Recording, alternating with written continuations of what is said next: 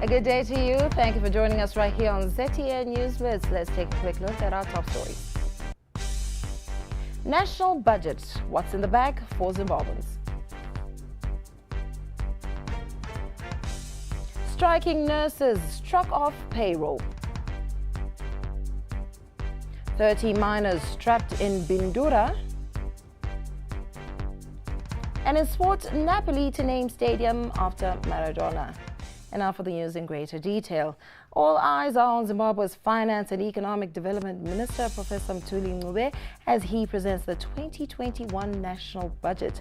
Now, the presentation comes just days after the launch of the National Development Strategy, which will run for 5 years. Now, Taku Zimbabwe is at Parliament Building in Harare. Good afternoon, Taku.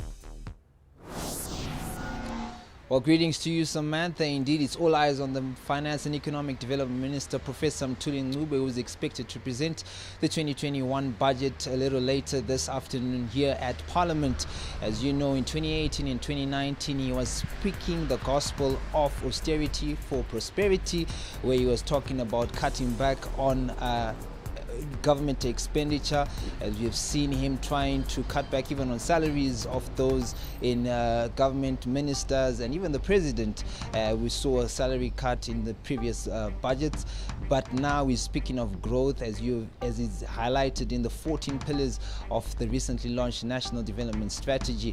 So we'll be waiting to hear what the minister will reveal about the 2021 budget, but the main ethos is on production, basing that of course on a projected good rainfall season in 2021, as well as a good performance from the mining sector. So we'll keep you updated with all the developments that will be unfolding here at Parliament. Now, more than 1,200 nurses in Zimbabwe have been struck off the payroll after ignoring a directive to end their job action. Zimbabwe Nurses Association President Enoch Dongo spoke to ZTN. We've got more than 1,200 nurses who were removed from the payroll, despite the High Court judgment that barred the government to implement the circular that was removing the flexible working hours, which is the one that they are now using to remove the nurses from the payroll, and also want to suspend the nurses and to do the hearing. We are waiting for an official communication from government since the judgment was delivered last week Friday. We are still waiting for them to give an official position. Now, at least 30 illegal gold miners in Zimbabwe are reportedly trapped at Bindura's Rand mine after a shaft collapsed on Wednesday. 6 others were rescued, and government spokesperson Nick Mangwana tweeted, "Mash Central, a tragedy has occurred at Rand mine in Bindura town late this afternoon. A deep disused mine trench has caved in, trapping several illegal gold miners. Exact number not yet established, and so far 6 miners have been rescued. Details to follow, but numbers could be circa 30. Now, latest reports say extreme poverty levels in Zimbabwe rose from 30% in 2017 to 38% in 2019, while general poverty rose from 43% to 51% during the same period. The Zimbabwe government told ZTN that, according to a Zimstat and World Bank joint report, extreme poverty increased in both urban and rural areas, but extreme poverty rose more in urban areas. Poor rainfall and negative changes in the economy are attributed as the major driving factors, but Public Service, Labour and Social Welfare Minister Professor Paul Mavima says the government is working towards assisting the vulnerable.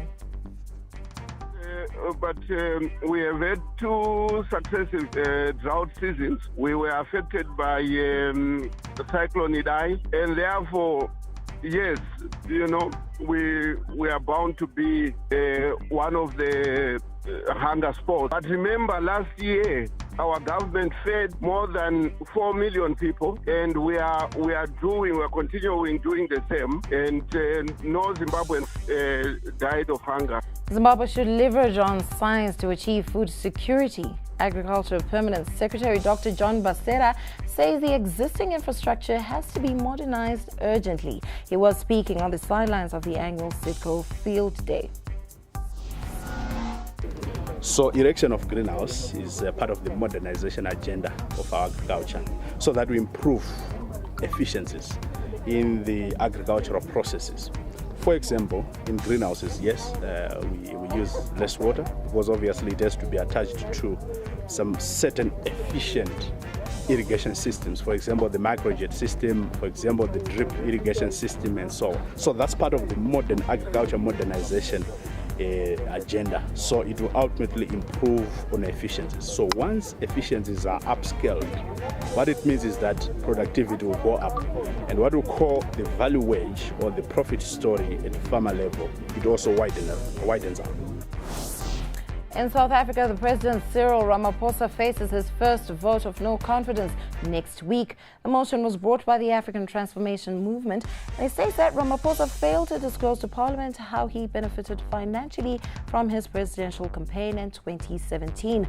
National Assembly Speaker Thandi Modise agreed to hold the debate on Thursday, and a two-thirds majority is required to pass such a motion. Mozambique and Tanzania have signed a memorandum of understanding to join efforts in the battle against escalating armed campaign ISIL-linked fighters in Cabo Delgado, Mozambique's northernmost province. The agreement includes the extradition of 516 fighters from Tanzania to its southern neighbor. The violence in gas-rich Cabo Delgado began in October 2017 when members of an armed group, which later pledged allegiance to ISIL, attacked police stations, the key port town of Moçambique da Praia.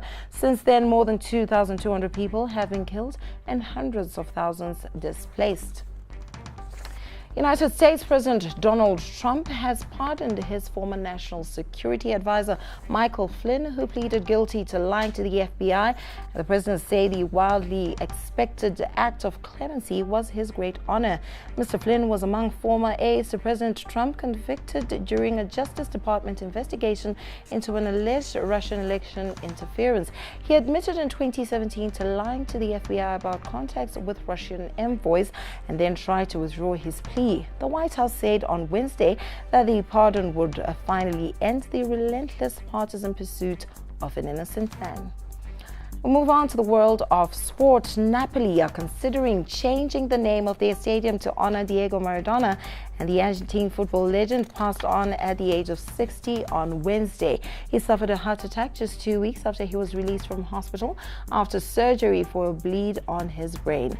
Maradona played for Napoli between 1984 and 1991, and he helped them win their only two league titles in 1987 and 1990, as well as their only European trophy, the UEFA Cup, in 1989. Not take a knee before matches in the upcoming series against England was a team decision. The Pro Teas will wear black armbands as part of their national mourning for victims of gender-based violence and the coronavirus pandemic. The series starts with 2020 internationals starting on Friday, and this will be followed by a three-match one-day international series in December. Eagles have been hit hard by the new franchise cricket player placement system ahead of the start of the domestic season.